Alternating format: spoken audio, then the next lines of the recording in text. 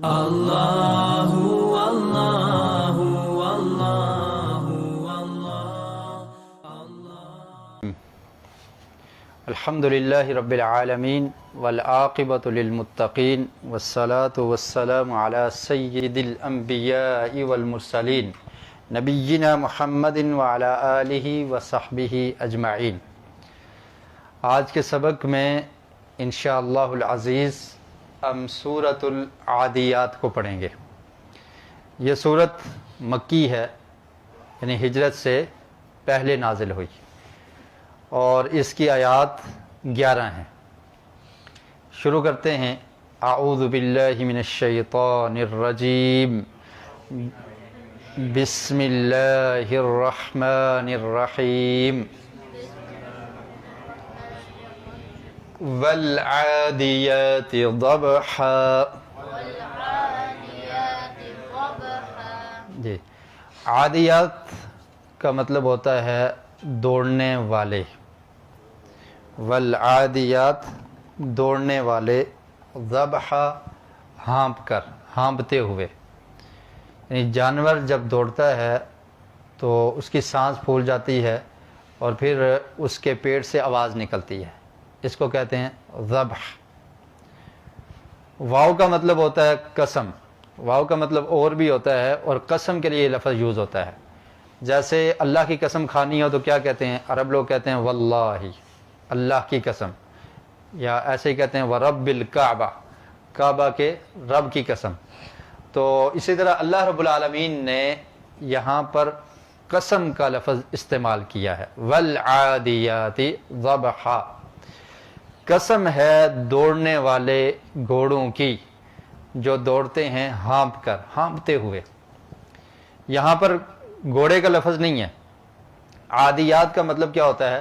دوڑنے والے، اور جانوروں کے لیے استعمال ہوتا ہے۔ لیکن اس کے بعد جو لفظ ہے ذبحا، ذبح، تو یہ لفظ عموماً گھوڑے کے لیے استعمال ہوتا ہے۔ گھوڑے کی جو آواز ہے اس کو ذبح کہا جاتا ہے، یا کتے کی آواز کو ذبح کہا جاتا ہے۔ کون سی آواز؟ جب دوڑتے ہوئے ان کی آواز ان کے پیٹ سے نکلے، سانس لینے کی آواز، ہنہنانے کی آواز نہیں ہے، بلکہ دوڑتے ہوئے جو آواز، جب گھوڑا تیزی سے دوڑتا ہے تو جو پیٹ سے آواز نکلتی ہے، آواز پیدا ہوتی ہے اس کی تھکاوٹ کی وجہ سے، تو اس کو کیا کہا جاتا ہے؟ ذبح۔ تو یہاں پر اس لفظ سے یہ مطلب واضح ہوتا ہے کہ اس سے مراد گھوڑے ہیں۔ تو اللہ تعالیٰ قسم کھا رہے ہیں کہ دوڑنے والے گھوڑوں کی قسم جو ہانپتے ہوئے دوڑتے ہیں یا آواز نکالتے ہیں، ان گھوڑوں کی قسم۔ تو قسم کس کی کھائی؟ گھوڑوں کی۔ اللہ رب العالمین خالق ہے، اللہ تعالیٰ جس کی چاہے قسم کھا سکتا ہے، مخلوقات میں سے جس کی چاہے اللہ قسم کھا سکتا ہے۔ قرآن مجید میں یہ اسلوب، اس کا استعمال بہت زیادہ ہے۔ کہیں اللہ تعالیٰ نے فجر کی قسم کھائی، جیسے سورۃ الفجر میں ہے والفجر، اور کہیں والعصر، عصر کی قسم کھائی، تو مختلف، واللیل، رات کی قسم بھی کھائی، تو یہاں پر گھوڑوں کی قسم کھائی۔ تو جس کی قسم کھائی جاتی ہے اس سے اس کا شرف اور فضیلت واضح ہوتی ہے کہ اس کا مقام ہے، اس لیے اس کی قسم کھائی جاتی ہے۔ تو اللہ تعالیٰ جس کی چاہے قسم کھا سکتا ہے، لیکن مسلمان کے لیے اللہ کے علاوہ کسی اور کی قسم کھانا درست اور جائز نہیں ہے۔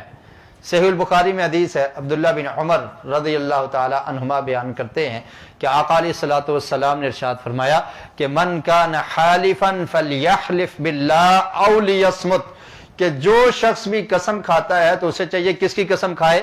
اللہ کی قسم کھائے، یا پھر وہ خاموش رہے۔ تو اللہ کے علاوہ کسی اور کی قسم کھانا یہ درست اور جائز نہیں ہے۔ بلکہ ایک دوسری روایت میں نبی اکرم صلی اللہ علیہ وسلم نے ارشاد فرمایا کہ جو شخص اللہ کے علاوہ کسی غیر کی قسم کھاتا ہے فقد اشرک او کفر، تو اس نے شرک کیا یا کفر کیا۔ تو اس لیے اللہ کے علاوہ کسی اور کی قسم کھانا یہ درست نہیں ہے۔ معاشرے میں عموماً یہ پایا جاتا ہے کہ کوئی شخص اپنے والد کی قسم کھا لیتا ہے، کوئی ماں کی قسم کھاتا ہے، کوئی اپنے بچے کی، اور کوئی کسی کی قسم کھاتا ہے۔ تو کسی بھی شخص کی قسم کھانا یا مخلوق میں سے کسی کی قسم کھانا اللہ کے علاوہ یہ مومن اور مسلمان کے لیے جائز نہیں ہے یا درست نہیں ہے۔ تو اللہ رب العالمین جس کی چاہے قسم کھا سکتا ہے۔ تو فرمایا والعادیات ضبحا، دوڑنے والے گھوڑوں کی قسم جو ہانپتے ہیں، یعنی ہانپتے ہوئے جو گھوڑوں کی آواز نکلتی ہے، ہانپنے والے، ان کی قسم۔ فالموریات قدحا، اور موریات کا مطلب ہوتا ہے کہ چنگاریاں اڑانے والے۔ جب پتھر، سفید کلر کا جو پتھر ہے، اس پہ دوسرے پتھر کو رگڑا جائے تو جو چنگاری نکلتی ہے تو اس کو کہتے ہیں موریات، ایسی چنگاریاں۔ تو جمع کا صیغہ ہے فالموریات، تو چنگاریاں اڑانے والے، اسم فاعل ہے، تو جمع ہے اور اسم فاعل ہے۔ مطلب کیا ہے کہ چنگاریاں اڑانے والے، قدحا جھاڑ کر۔ تو گھوڑے جب دوڑتے ہیں تو ان کے سم جب پتھروں پر لگتے ہیں تو وہاں سے آگ نکلتی ہے، چنگاریاں نکلتی ہیں۔ تو اللہ تعالیٰ نے ان کا یہ وصف بیان کیا ہے کہ گھوڑے دوڑتے ہوئے جب سموں سے آگ نکالتے ہیں، چنگاریاں نکالتے ہیں، ان کی قسم۔ فالموریات قدحا، اور اس کے بعد فرمایا فالمغیرات صبحا۔ مغیرات کہتے ہیں، یہ مغیرہ کی جمع ہے، اس کا مطلب ہوتا ہے غارت گری کرنے والے، حملہ کرنے والے، دھاوا بول دینے والے۔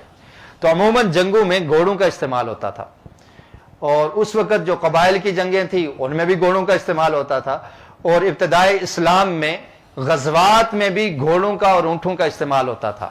تو گھوڑے کو سواری کے لیے استعمال کیا جاتا تھا، اور اسی طرح جنگ کے لیے بھی اس کو استعمال کیا جاتا تھا۔ اس پر جنگجو سوار ہوا کرتے تھے، اور دین اسلام کی سربلندی کے لیے جنہوں نے جہاد کیا، مجاہد فی سبیل اللہ، وہ ان پر سوار ہوا کرتے تھے۔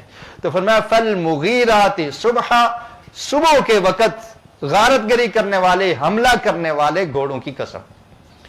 تو عموماً عرب میں یہ رواج تھا کہ وہ رات کو چلتے تھے، جس پر حملہ کرنا ہو، جس بستی پر، جس علاقے پر، تو قریب جا کر وہاں پر پڑاؤ ڈال دیتے تھے، اور صبح صبح حملہ کیا جاتا تھا تاکہ دشمن کو ان کے آنے کی خبر نہ ہو۔ صبح صبح ہی حملہ کر دیا جاتا تھا، اور صبح کے کام میں ویسے بھی برکت ہوتی ہے۔ نبی اکرم صلی اللہ علیہ وسلم کا ارشاد ہے کہ صبح میں اللہ تعالیٰ نے برکت رکھی ہے۔ اور پھر آقا علیہ الصلوۃ والسلام کے جو غزوات تھے اور جہاد تھا، تو اس میں بھی عموماً اور غالباً یہی روٹین تھی کہ صبح کے وقت حملہ کیا جاتا تھا۔ تو فرمایا فالمغیرات صبحا، صبح صبح سے ہے کہ صبح کے وقت حملہ کرنے والے، دہاوا بولنے والے، ان کی قسم۔ فَأَثَرْنَ بِهِ نَقْعًا، اثرنا کا مطلب ہے اڑانے والے، غبار اڑانے والے، یعنی پھر جب وہ گھوڑے دوڑتے ہیں، ان کے سموں سے چنگاریاں نکلتی ہیں، اور پھر جب صبح صبح وہ حملہ کرتے ہیں تو حملے میں ظاہر ہے دوڑنا، لپکنا، جھپکنا پڑتا ہے، تو پھر کیا ہوتا ہے، گرد زمین سے اڑتی ہے۔ نقعہ کا مطلب کیا ہے، گرد۔ فَأَثَرْنَا، تو اڑانے والے، نقعہ گرد کو، گرد و غبار اڑتی ہے، اور اس کے باوجود وہ گھوڑے کیا کرتے ہیں، رکتے نہیں ہیں، بلکہ حملہ کرتے ہیں، آگے سے آگے بڑھنے کی کوشش کرتے ہیں۔ اندھیرا بھی چھا جائے، گرد و غبار ہو تو پھر بھی رکتے نہیں ہیں۔ تو مطلب کیا ہے، فَأَثَرْنَا، اڑانے والے، نقعہ گرد و غبار کو، گرد کو۔ فَوَسَطْنَ بِهِ جَمْعًا، وسط کہتے ہیں درمیان کو، اردو میں بھی یہ لفظ استعمال ہوتا ہے۔ فَوَسَطْنَا، تو وہ وسط میں داخل ہونے والے، یعنی درمیان میں گھس جانے والے، بھی اس کے ساتھ، جمع فوج کے درمیان میں، لشکر کے درمیان میں، یعنی جو ان کا مخالف ہے تو ان کے لشکروں کے درمیان میں گھس جاتے ہیں، گھس کر مقابلہ کرتے ہیں، اور اس کے ساتھ بڑی جماعت کے درمیان جا گھستے ہیں۔ تو یہ مطلب ہے کہ درمیان میں جا گھستے ہیں۔ تو یہ تمام کی تمام قسمیں کھائی اللہ رب العالمین نے، اور پھر اس میں گھوڑوں کے اوصاف کو بیان کیا۔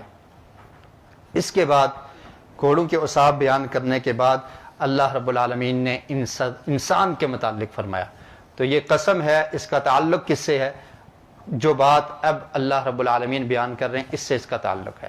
ان الانسان لربہ لکنود، بے شک انسان، ان الانسان، بے شک انسان، لربہ، اپنے رب کا، لکنود، یقیناً ناشکرا ہے، انکار کرنے والا ہے، ناشکری کرنے والا ہے۔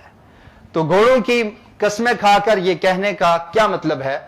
تو اس کا ایک مطلب یہ ہے کہ اللہ رب العالمین نے گھوڑے کی قسمیں کھائی، یہ بتلانا چاہا کہ گھوڑے کا مالک اس کی پرورش کرتا ہے، اس کو کھانے کے لیے دیتا ہے، اس کو چارہ دیتا ہے، اس کی خدمت خاطر کرتا ہے، اس کو نہلاتا ہے اور اس کے جسمانی ضروریات کا خیال رکھتا ہے، پورا کرتا ہے، اس کو پالتا ہے، اس کی صفائی ستھرائی کرتا ہے، ہر لحاظ سے اس کا خیال رکھتا ہے۔ کس لیے؟ کہ تاکہ کل یہ میرے کام آئے گا۔ تو وہ مالک کے کیسے کام آتا ہے کہ مالک جب حکم دیتا ہے تو اس وقت وہ لپکتا ہے، اس وقت وہ دوڑ لگانا شروع کر دیتا ہے، وَالْعَادِيَاتِ ضَبْحًا، دوڑ لگا دیتا ہے، اور پھر اس دوڑ لگانے میں کوئی پرواہ نہیں کرتا، اپنے مالک کے حکم پر دوڑ لگاتا ہے، اور دوڑ لگاتے ہوئے اس کے سم زخمی بھی ہو جاتے ہیں اور پتھر پر لگتے ہیں، اس سے چنگاریاں بھی نکلتی ہیں۔ اور پھر اس کے بعد کیا فرمایا؟ فَالْمُغِيرَاتِ صُبْحًا، مالک نے حکم دیا کہ رات کو سفر کرنا ہے، مالک گھوڑے کے اوپر سوار ہے اور گھوڑا چلتا ہے، انکار نہیں کرتا، رات کو سفر کرتا ہے، اور پھر صبح جب مالک کہتا ہے کہ حملہ کرنا ہے اس وقت بھی تیار ہوتا ہے، اور پھر گرد و غبار اڑاتے ہوئے حملہ کرنے سے رکتا نہیں ہے، مالک کی نافرمانی نہیں کرتا۔ تو بتلانے کا مقصد یہ ہے کہ یہ گھوڑے کا مالک وہ ہے جو اس کا حقیقی مالک نہیں ہے، جو اس کا خالق نہیں ہے، اس کو پیدا کرنے والا نہیں ہے، اس کو بنانے والا نہیں ہے، صرف اس کی خدمت خاطر کرتا ہے۔ تو اس خدمت خاطر کی وجہ سے وہ مالک کی نافرمانی نہیں کرتا، بلکہ ہر موقع پر اپنے مالک سے وفا کرتا ہے، اس کی وفاداری کرتا ہے اور اس کے ہر حکم کو مانتا اور تسلیم کرتا ہے۔ لیکن انسان جس کو پیدا کرنے والا رب العالمین، اس کا خالق وہی، اس کو کھلانے والا وہی، اس کے پل پل کی پرورش کرنے والا وہی، اللہ تعالیٰ نے بے شمار نعمتیں اس کو دی ہیں، ان تمام نعمتوں کو استعمال کرنے کے باوجود، اپنے بہترین جسم اور قوت کے ہونے کے باوجود، سب کچھ جو اللہ نے دیا ہے اس کو استعمال کرنے کے باوجود کیا کرتا ہے؟ ان الانسان لربہ لکنود، یہ ایسا ناشکرا ہے کہ یہ اپنے مالک کی ناشکری کرتا ہے، اپنے مالک کا کفر کرتا ہے، اپنے مالک کا انکار کر دیتا ہے، اپنے رب کو پہچانتا ہی نہیں ہے۔ تو یہ بتانے کا مقصد ہے کہ گھوڑا کتنا وفادار ہے، کس طرح سے مالک کا فرما بردار ہوتا ہے، اور انسان اپنے مالک کا نافرمان ہے۔ اور پھر اس میں گھوڑے کے متعلق بعض مفسرین نے یہ بھی لکھا ہے کہ اس میں وہ گھوڑے مراد ہیں جو جہاد کے لیے استعمال ہوتے تھے، اور وہ جہاد میں جاتے تھے دین کی سربلندی کے لیے، تو اس پر سوار ہونے والا مجاہد وہ بھی اللہ کی رضا کے لیے نکل جاتا تھا، اللہ کے دین کی اشاعت کے لیے، اللہ کے دین کو آگے پھیلانے کے لیے وہ ہر قسم کی قربانی دینے کے لیے تیار ہوتا تھا، اور گھوڑا بھی اس کا ساتھ دیتا تھا۔ تو اسی لیے اقبال نے کہا نا، دشت تو دشت ہیں دریا بھی نہ چھوڑے ہم نے، بحر ظلمات میں دوڑا دیے گھوڑے ہم نے۔ اور ہمارے اسلاف نے ایسے ہی کیا تھا۔ عقبہ بن نافع نے جب یہ علاقے فتح کیے، افریقہ اور خاص کر کے شام کے علاقے، مغرب کے علاقے جہاں پر الجزائر اور مراکش وغیرہ ہیں، تو اس وقت سمندر میں گھوڑے دوڑا دیے کہ ہم نے اپنے مالک کے حکم کو ماننا ہے، اسلام کے لیے قربانی دینی ہے، اور فتوحات کرتے ہوئے آگے سے آگے بڑھتے چلے گئے۔ اور پھر غزوہ بدر کے موقع کا واقعہ آپ کو یاد ہوگا، سعد بن عبادہ رضی اللہ تعالیٰ عنہ، نبی اکرم صلی اللہ علیہ وسلم نے فرمایا کہ مجھے مشورہ دو کہ کفار ہیں، تم تعداد میں کم ہو، 313 ہو، وہ زیادہ ہیں، ان سے مقابلہ کرنا ہے، ان کے پاس اسلحہ بھی زیادہ ہے، سب کچھ زیادہ ہے، تو مقابلے کے لیے کیا خیال ہے؟ تو مہاجرین صحابہ کرام نے مشورہ دیا کہ اللہ کے رسول ہم تیار ہیں، آپ کے ہر حکم کو ماننے کے لیے تیار ہیں۔ آقا علیہ الصلوۃ والسلام نے فرمایا کہ مجھے مزید مشورہ چاہیے۔ پھر مہاجرین میں سے پھر مشورہ آیا، آقا علیہ الصلوۃ والسلام پھر کہتے ہیں مجھے مزید مشورہ چاہیے۔ سعد بن عبادہ رضی اللہ تعالیٰ عنہ جو انصار میں سے تھے، وہ سمجھ گئے کہ اللہ کے رسول ہمیں مراد لے رہے ہیں، تو آپ کھڑے ہو گئے اور آپ نے فرمایا پیارے رسول آپ گھبرائیے نہ، ہم وہ لوگ نہیں ہیں کہ جیسے موسیٰ علیہ السلام کے پیروکار تھے، انہوں نے کہا تھا تو اور تیرا جب رب جا کر لڑو، ہم یہاں پر بیٹھے ہوئے ہم ان میں سے نہیں ہیں۔ اگر آپ ہمیں حکم دیں گے ہم آپ کے دائیں بائیں آگے پیچھے ہر طرف سے لڑیں گے، اور کافر آپ کو ذرا برابر بھی ہمارے ہوتے ہوئے تکلیف نہیں پہنچا سکیں گے۔ اور پھر سعد بن عبادہ نے یہ بھی کہا تھا کہ اللہ کے رسول یہ 5 سمندر ہے، اگر آپ ہمیں سمندر میں کود جانے کا حکم دیں گے تو ہم اس سے بھی دریغ نہیں کریں گے۔ دشت تو دشت ہیں، دریا بھی نہ چھوڑے ہم نے، بحر ظلمات میں دوڑا دیے گھوڑے ہم نے۔ تو ایک اس سے یہ مراد ہے کہ یہ ایسے گھوڑے تھے جو دین اسلام کی سربلندی کے لیے مجاہد ان پر سوار ہو کر دشمن پر حملہ کیا کرتے تھے۔ اور پھر اس سے مراد وہ گھوڑے بھی ہو سکتے ہیں کہ مشرکین قبائلی جنگوں میں جن کا استعمال کیا کرتے تھے۔ تو اللہ تعالیٰ نے ان کے اوصاف بیان کرنے کے بعد فرمایا ان الانسان لربہ لکنود، کہ اللہ تعالیٰ نے انسان کو روکا ہے کہ وہی اس کا منعم ہے، اس کو نعمتیں دینے والا ہے، ان نعمتوں کو استعمال کرتے ہوئے فساد تو نہ کرے، آپس میں جنگ اور جدال اور پھر اس طرح لڑائیاں کرنا، بغیر کسی وجہ کے کسی کو قتل کر دینا، اس کا مال لوٹنا، یہ کام اچھا نہیں ہے، بلکہ انسان کو فساد سے بچنا چاہیے، اللہ کی نعمتوں کا شکر ادا کرنا چاہیے، اور ان نعمتوں کو اللہ کے دین کی سربلندی کے لیے استعمال کرنا چاہیے۔ تو انسان ناشکرا ہے، اللہ کا شکر ادا نہیں کرتا۔ عموماً تمام کے تمام انسان وہ ایسے ہی ہیں، اللہ رب العالمین جن کو محفوظ کر لے۔ فرمایا ان الانسان، بے شک انسان، لربہ، اپنے رب کے لیے، لکنود، بہت ناشکرا ہے، اللہ کی نعمتوں کا قدر نہیں کرتا، اللہ تعالیٰ کی ناشکری کرتا ہے۔ اور بعض انسان ایسے بھی ہیں کہ جو اللہ کو مانتے ہی نہیں ہیں، کافر ہیں، تو کتنا یہ ناشکرا ہے، اسے پتا ہے کہ اس کا خالق اور مالک اللہ ہے، لیکن پھر بھی اس نے اپنے رب کو، اپنے خالق اور مالک کو پہچانا ہی نہیں ہے، اور وہ انکار کر دیتے ہیں کہ ہمیں کوئی پیدا کرنے والا ہی نہیں ہے، ہم خود بخود پیدا ہو گئے، خود بخود دنیا میں آگے اور ایک نظام چل رہا ہے۔ تو یہ اس طرح کے انسان، تمام انسان اس سے مراد ہے۔ تو جو مومن ہیں اور مسلمان ہیں ان میں بھی ناشکری پائی جاتی ہے، اللہ کی نعمتوں کی قدر کرنے والے نہیں ہیں۔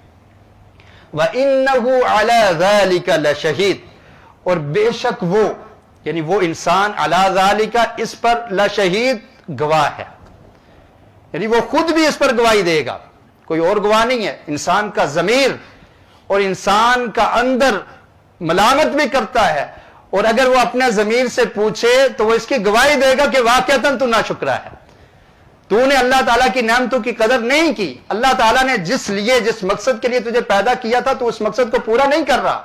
اور پھر خاص کر کے مسلمان کہ جس کی زندگی کا مقصد ہی یہی ہے کہ میری زندگی کا مقصد یہ ہے کہ میں دین اسلام کی سربلندی کے لیے اپنے آپ کو تیار رکھوں، جب بھی میرے مال کی ضرورت پڑے میں اپنا مال پیش کر دوں، جب جان کی ضرورت پڑے اپنی جان پیش کر دوں، اپنا سب کچھ اللہ کی رضا کے لیے، اللہ کی محبت کے لیے لٹا دو، یہ مسلمان اس کو ایسے کرنا تھا، لیکن یہ مسلمان اپنے آپ پر گواہی دے سکتا ہے کہ وہ ایسا نہیں کر رہا بلکہ وہ ناشکرا ہے۔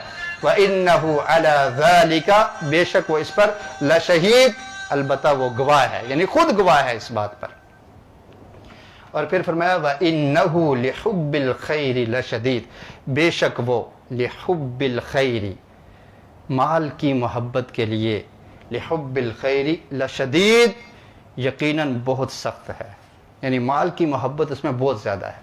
خیر کا لفظ نیکی اور اچھائی کے لیے بھی استعمال ہوتا ہے اور مال کے لیے بھی استعمال ہوتا ہے۔ قرآن مجید میں سورہ بقرہ میں آیت نمبر 180 میں بھی اللہ رب العالمین نے خیر کا لفظ مال کے لیے استعمال کیا، فرمایا کہ جب تم میں سے کسی ایک کو موت آ جائے، ان ترک خیرا الوصیۃ للوالدین والاقربین، تو اگر وہ اپنا مال چھوڑتا ہے تو وہ اس میں وصیت کرے گا اپنے والدین کے لیے اور قریبی رشتہ داروں کے لیے۔ تو خیر کا مطلب کیا ہے؟ مال۔ تو یہاں پر بھی اس کا مطلب کیا ہے؟ مال۔ بے شک لحب الخیر، مال کی محبت میں وہ بہت سخت ہے، اس کے اندر مال کی محبت بہت زیادہ پائی جاتی ہے، اور یہی ناشکری کی ایک وجہ ہے۔ انسان ناشکرا کیوں ہے؟ کیونکہ اس کے اندر مال کی محبت ہے۔ اور یہ جملہ یاد رکھیے، جس انسان کے دل میں مال کی محبت ہو اس میں دین کی محبت نہیں آ سکتی۔ یہ دو چیزیں جمع نہیں ہو سکتی، مال کی محبت بھی ہو اور دین کی محبت بھی ہو، ایسا نہیں ہو سکتا۔ اللہ اور اللہ کے رسول کی محبت بھی ہو اور ساتھ مال و متاع کی لالچ، دنیا کی محبت بھی ہو، ایسا یہ ایک دل میں جمع نہیں ہو سکتی۔ اور مومن کون ہوتے ہیں؟ جن کے دل میں اللہ کی محبت سب سے زیادہ ہو، وَمِنَ النَّاسِ مَن يَتَّخِذُ مِن دُونِ اللَّهِ أَندَادًا يُحِبُّونَهُمْ كَحُبِّ اللَّهِ وَالَّذِينَ آمَنُوا أَشَدُّ حُبًّا لِلَّهِ. فرمایا لوگوں میں سے کچھ ایسے ہیں جو اپنے معبودوں سے یا جن کو انہوں نے اللہ کے ساتھ شریک بنا رکھا ہے ان سے محبت کرتے ہیں، لیکن جو مومن ہیں وہ اللہ رب العالمین سے کہیں زیادہ محبت کرنے والے ہیں. ان کے سامنے اللہ کی محبت ہوتی ہے، ان کے سامنے مال و متاع کی کوئی حیثیت نہیں ہوتی. اللہ کا حکم آ جائے وہ اپنا سب کچھ لوٹا سکتے ہیں. اللہ کے رسول صلی اللہ علیہ وسلم کو اللہ نے یہ حکم دیا تھا، قل ان صلاتي ونسكي ومحياي ومماتي للہ رب العالمین. یہ انسان اور خاص کر کے مسلمان کی زندگی کا خلاصہ ہے. کیا پیارے رسول آپ کہہ دیجئے بے شک میری نماز، میری قربانی، ونسکی ومحیایا ومماتی، میری زندگی اور موت للہ رب العالمین، صرف اس رب کے لیے ہے جو تمام جہانوں کا رب ہے. مومن اور مسلمان دنیا سے اتنی محبت نہیں کرنے والا ہوتا، اسے دین سے محبت ہوتی ہے، اسے اللہ اور اللہ کے رسول سے محبت ہوتی ہے، اور اللہ اور اللہ کے رسول کے پیغام کو لوگوں تک پہنچانے کی محبت ہوتی ہے. اور جب اللہ اور اللہ کے رسول کی محبت کے مقابلے میں دنیا آ جائے، مال آ جائے، کچھ بھی آ جائے، وہ سب کچھ کو قربان کر سکتا ہے، لیکن اللہ اور اللہ کے رسول کی محبت کو قربان نہیں کر سکتا. لیکن آج ہمارا حال کیا ہے؟ ناشکرے لوگ اسی لیے ہیں، دین سے دور اسی لیے ہیں. آپ ذرا تنہائی میں بیٹھ کر سوچیں تو یہ وجہ معلوم ہوگی کہ لوگوں کے اندر اور ہمارے اندر دنیا کی محبت زیادہ ہے، دین کی محبت کم ہے. دیکھ لیجئے ہانگ کانگ میں جو لوگ رہتے ہیں صبح سے لے کر شام تک جاب کرتے ہیں، ڈیوٹی کرتے ہیں، اور کچھ لوگ رات کو بھی وقفہ نہیں کرتے. کیا خیال ہے؟ کچھ دن پہلے ایک بھائی سے بات ہو رہی تھی کہ ہمارے ایک ساتھی ہیں مدرسے میں نہیں آتے، کیا وجہ ہے؟ تو کہتے ہیں میں نے ان سے بات کی ہے تو وہ کہہ رہے ہیں کہ میں بیزی ہوں. کس چیز میں بیزی ہوں؟ جاب میں. دن کو بھی جاب کرتا ہوں اور رات کو بھی جاب کرتا ہوں. صبح 6 سے لے کر شام 6 تک، پھر رات کو 6 سے لے کر پھر صبح 6 تک، 24 گھنٹے ڈیوٹی کرنا. یہ کیا ہے؟ مال کی محبت نہیں تو اور کیا ہے؟ اپنے لیے وقت نہیں، اولاد کے لیے وقت نہیں، دین کے لیے وقت نہیں. بس پوری زندگی کا مقصد کیا ہے؟ مال کو جمع کرنا. اور اس کے لیے ہم سب کچھ قربان کر سکتے ہیں. اپنے آرام کو قربان کر دیا، نمازوں کو قربان کر دیا، دین کو قربان کر دیا، سب چیزیں قربان کر کے مال کو جمع کرنا ہے. اس مال کو انسان کیا کر لے گا؟ اگر کوئی انسان بہت بڑا بنگلہ بناتا ہے تو کیا پورے بنگلے میں سوئے گا؟ ایک ہی کمرہ اس کو ملے گا. اگر کسی انسان کے پاس 10 پلاٹ ہے تو وہ ایک پلاٹ میں ہی اپنا گھر بنا سکتا ہے، ایک ہی چارپائی پر سوئے گا، اور اتنا سارا مال جمع کرنے سے اسے کیا ملے گا؟ تو اپنا اصل جو زندگی کا مقصد ہے اس کو بھول کر انسان دنیا کے پیچھے لگ گیا، اور پھر دنیا کے لیے ہم نے سمندر پار کر دیے.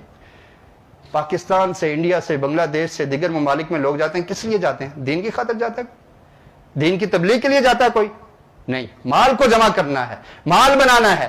تو یہ مال کی محبت انسان کے اندر بہت زیادہ ہے، اور یہی وجہ ہے کہ انسان اللہ تعالیٰ کی ناشکری کرتا ہے، اللہ کی نعمتوں کا انکار کرتا ہے. اور یہ ناشکری ہے کہ اللہ رب العالمین نے سب کچھ دیا، انسان اللہ کے حکم کو نہ مانے. ناشکری اس سے بڑی کیا ہے؟ اللہ نے سب کچھ عطا کر دیا، جسم دے دی، جان دے دی، مال دے دیا، سب کچھ دے دیا، اولاد دے دی، لیکن انسان کہتا ہے میرے پاس نماز پڑھنے کا ٹائم نہیں، میرے پاس اللہ کی کتاب پڑھنے کا ٹائم نہیں، میں دین کے لیے وقت نہیں نکال سکتا. کسی انسان کو یہ کہا جائے کہ تم چنگ سے تم نے کوائی چنگ جانا ہے یا کسی اور جگہ جانا ہے، ونچائی جانا ہے، بڑا فاصلہ ہے، گھنٹہ لگ سکتا ہے. تمہیں جاب مل رہی ہے اور تمہیں تنخواہ ملے گی $1000 ایک دن کا ملے گا، وہ انسان جائے گا نہیں جائے گا؟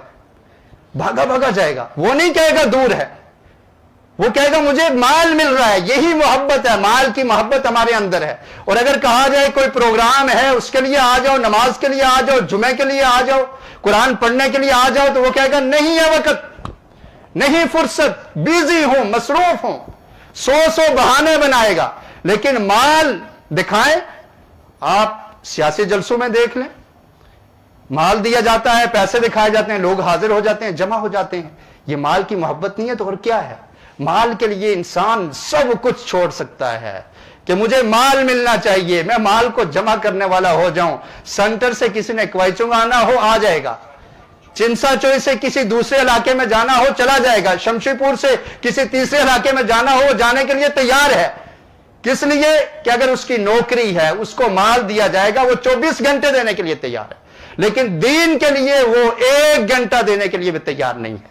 تو پھر خود سوچ لیجئے، فیصلہ کر لیجئے کہ کون سی محبت ہمارے اندر زیادہ ہے، مال کی محبت زیادہ ہے یا دین کی محبت زیادہ ہے؟ تو یہی ناشکری کی وجہ ہے۔ اللہ تعالیٰ نے فرمایا وَإِنَّهُ لِحُبِّ الْخَيْرِ لَشَدِيدٌ کہ وہ مال کی محبت میں بہت زیادہ سخت ہیں۔ اور سورہ فجر میں فرمایا وَتُحِبُّونَ الْمَالَ حُبًّا جَمًّا کہ تم مال سے محبت کرتے ہو، بہت زیادہ محبت تمہارے اندر مال کی پائی جاتی ہے۔ اور آقا علیہ الصلوۃ والسلام نے فرمایا تھا کہ انسان کے پاس اگر 2 سونے کی وادیاں ہوں تو پھر بھی وہ تیسری طلب کرے گا۔ انسان کا پیٹ نہیں بھرتا کہ بس کافی ہے، جتنا میں نے جمع کر لیا کافی ہے، نہیں، جتنا انسان لالچ کرتا ہے وہ اور لالچ میں آگے بڑھتا چلا جاتا ہے۔ ایک کار دوسری کار کی تلاش ہوگی، ایک بنگلہ دوسرے بنگلے کی تلاش ہوگی، ایک پلاٹ دوسرے پلاٹ کی تلاش ہوگی، ایک کمپنی دوسری کمپنی کھولنے کے لیے تیار ہوگا، تیسری کمپنی کھولنے کے لیے تیار ہوگا۔ یہ لالچ نہیں ختم ہوتی۔ پیارے رسول نے فرمایا کہ ایک وادی سونے کی دے دی جائے دوسری مانگے گا، 2 وادیاں مل جائیں تو تیسری کو طلب کرے گا کہ مجھے تیسری وادی بھی سونے کی مل جائے۔ اور فرمایا کہ اس انسان کے پیٹ کو قبر کی مٹی ہی بھر سکتی ہے۔ تو اس قدر مال کی محبت انسان میں پائی جاتی ہے، اور اسی مال کی محبت کی وجہ سے انسان اپنے رب کی ناشکری کرتا ہے، رب کا انکار کر دیتا ہے، اور اس پر وہ خود بھی گواہ ہے کہ اپنی گواہی خود پیش کرے گا کہ وہ اللہ تعالیٰ کا ناشکرہ ہے۔ افلا يعلم اذا بعثر ما في القبور تو اب اللہ تعالیٰ نے فرمایا کہ یہ محبت کیسے ختم ہوگی، مال کی محبت؟ فرمایا کیا وہ جانتا نہیں ہے؟ افلا يعلم کیا وہ جانتا نہیں ہے؟ اذا بعثر ما في القبور جب اٹھایا جائے گا، نکالا جائے گا، ما في القبور جو کچھ قبروں میں ہے۔ مال قبر میں ساتھ جائے گا، موت سے بچا سکے گا؟ نہیں بچا سکے گا۔ تو اللہ تعالیٰ نے فرمایا کہ قیامت کے دن نہ مال کام آئے گا، نہ اولاد کام آئے گی، نہ ہی کچھ کام آئے گا، صرف نیکیاں کام آئیں گی۔ اگر نیکیاں نہیں کی ہوئی تو جب قبر سے اٹھائے گا تو انسان اس بات کو نہیں جانتا، اس وقت کیسے حساب دے گا، کیسے اپنے منٹ منٹ کا، پل پل کا، اور اپنے گھنٹوں کا، اپنی زندگی کا، اپنی 40 50 60 70 سال کی زندگی کا کیا جواب دے گا؟ افلا يعلم اذا بعثر في القبور جب قبروں سے نکالا جائے گا، قبروں سے اٹھایا جائے گا، پھر کیا حالت ہو کہ مجھے قبر میں دفنایا جائے گا، اور قبر سے تیرے دل میں حسد تھا یہ سب کچھ ظاہر ہو جائے گا، سینے کی باتوں کو بھی نکال کے باہر کر دیا جائے گا۔ اور سورہ طارق میں بھی اللہ تعالیٰ نے فرمایا یوم تبلی السرائر جس دن راز افشاں کر دیے جائیں گے، راز ان سے پردہ ہٹا دیا جائے گا اور ان کو ظاہر کیا جائے گا۔ اور یہاں پر بھی فرمایا وَحُصِّلَ مَا فِي الصُّدُورِ جو کچھ سینوں میں ہے ان کو بھی نکال دیا جائے گا، انسان کے ظاہری اعمال بھی اور جو سینے میں جو چھپی چیزیں ہیں، سینے کے جو اعمال، دل کے اعمال، ان کو بھی ظاہر کیا جائے گا۔ ان ربهم بهم یومئذ لخبیر بے شک ان ربهم بے شک ان کا رب بهم ان کے بارے میں یومئذ اس دن لخبیر جاننے والا ہے، خبر رکھنے والا ہے۔ اللہ تعالیٰ کا ایک نام ہے الخبیر، مطلب کیا ہے؟ خبر رکھنے والا، جاننے والا۔ تو اس میں یہ کہا کہ اس دن رب العالمین ان کے بارے میں خبر رکھنے والا ہوگا۔ تو اس کا کیا مطلب ہے کہ اس دن خبر رکھنے والا ہے، اس سے پہلے نہیں؟ اس سے پہلے بھی اللہ تعالیٰ کو خبر ہے، اس سے پہلے بھی جانتا ہے، لیکن اس دن انسان کو یقین ہو جائے گا جب اس کے دل کے راز بھی باہر پھینک دیے جائیں گے، دل کے اعمال کو بھی باہر نکال دیا جائے گا، تو انسان یقین کر لے گا کہ اللہ تعالیٰ کو ہر ایک کی خبر ہے، کچھ اللہ تعالیٰ سے مخفی اور پوشیدہ نہیں ہے۔ تو یہ جو آخری 3 آیات ہیں ان کی اگر سمجھ آ جائے تو پھر اللہ کی ناشکری بھی ختم ہو سکتی ہے، دنیا کی محبت بھی ختم ہو سکتی ہے، اور دل میں انسان کے جو حسد ہے، کینہ ہے، بغض ہے، وہ بھی ختم ہو سکتا ہے جب انسان اس پہ غور کر لے کہ اس کو قبروں سے اٹھایا جائے گا، اور پھر اس دن حساب جب لیا جائے گا تو اس کے دل کی باتوں کو بھی نکال باہر پھینکا جائے گا، اور پھر اللہ رب العالمین اس پر خبیر بھی ہے، اور اللہ تعالیٰ سے کچھ مخفی نہیں ہے۔ نبی اکرم صلی اللہ علیہ وسلم کا ارشاد ہے، حضرت ثوبان بیان کرتے ہیں کہ کچھ لوگ ایسے ہوں گے جن کے اعمال بہت زیادہ ہوں گے۔ کتنے اعمال ہوں گے؟ تہامہ پہاڑ جتنے، یہ بڑے بڑے پہاڑ ہیں، جن کی مثال دی جاتی تھی عرب میں، اور نبی اکرم صلی اللہ علیہ وسلم نے بھی اس کی مثال دے کر سمجھایا، فرمایا تہامہ پہاڑ جتنے اعمال ہوں گے، بڑے بڑے اعمال، لیکن ان کی نیکیوں کو کیا کیا جائے گا؟ ان کو حبا منثورا، اڑا دیا جائے گا، جیسے ریت کے ذرات کو اڑا دیا جاتا ہے، ایسے ان کی نیکیاں اڑ جائیں گی۔ کس وجہ سے؟ صرف یہ وجہ ہوگی کہ وہ ظاہر طور پر بڑے نیک ہوں گے، ان کی بڑی نیکیاں ہوں گی، لیکن جب وہ تنہائی میں ہوتے ہیں، علیحدہ ہوتے ہیں، تو اللہ تعالیٰ کی حرام کردہ چیزوں کا ارتکاب کر دیتے ہیں۔ جن چیزوں کو اللہ نے حرام کیا ہے وہ گناہ وہ سرزد کرتے ہیں، لوگوں کے سامنے نہیں کرتے، لوگوں کے سامنے بڑے اچھے ہیں، لیکن جب علیحدہ ہوتے ہیں تو حرام کاموں کا ارتکاب کرتے ہیں، تو اللہ تعالیٰ ایسے لوگوں کی نیکیوں کو بھی ضائع کر دیں گے۔ وَحُصِّلَ مَا فِي الصُّدُورِ، تو سینے کے راز بھی اس دن نکل آئیں گے۔ تو سینے میں جو برائیاں ہیں، جو حسد ہے، بغض ہے، کینہ ہے، دوسرے سے دشمنی ہے، تو وہ بھی تبھی ختم ہو سکتی ہے جب انسان قیامت کے منظر کو اپنے سامنے رکھے، اللہ رب العالمین کے اس نام کو الخبیر کو اپنے سامنے رکھے کہ اللہ تعالیٰ سے کچھ مخفی نہیں، کچھ پوشیدہ نہیں، اور قیامت کے دن جب قیامت کے وقت جب قبروں سے اٹھایا جائے گا اس کو سامنے رکھے، تو پھر انسان اللہ تعالیٰ کی نعمتوں کا شکر بھی ادا کر سکتا ہے اور اپنی زندگی کے مقصد کو بھی پہچان سکتا ہے، اور پھر وہ وقت کی قدر و قیمت بھی کرے گا، اپنے وقت کو ضائع نہیں کرے گا۔ اللہ رب العالمین سے دعا ہے کہ اللہ تعالیٰ ہمیں قرآن مجید کو سمجھنے کی، پڑھنے کی اور اس پر عمل کرنے کی توفیق نصیب فرمائے۔ وآخر دعوانا ان الحمد للہ رب العالمین۔ رحمتیں نچاور کرتا ہے تو برکتوں سے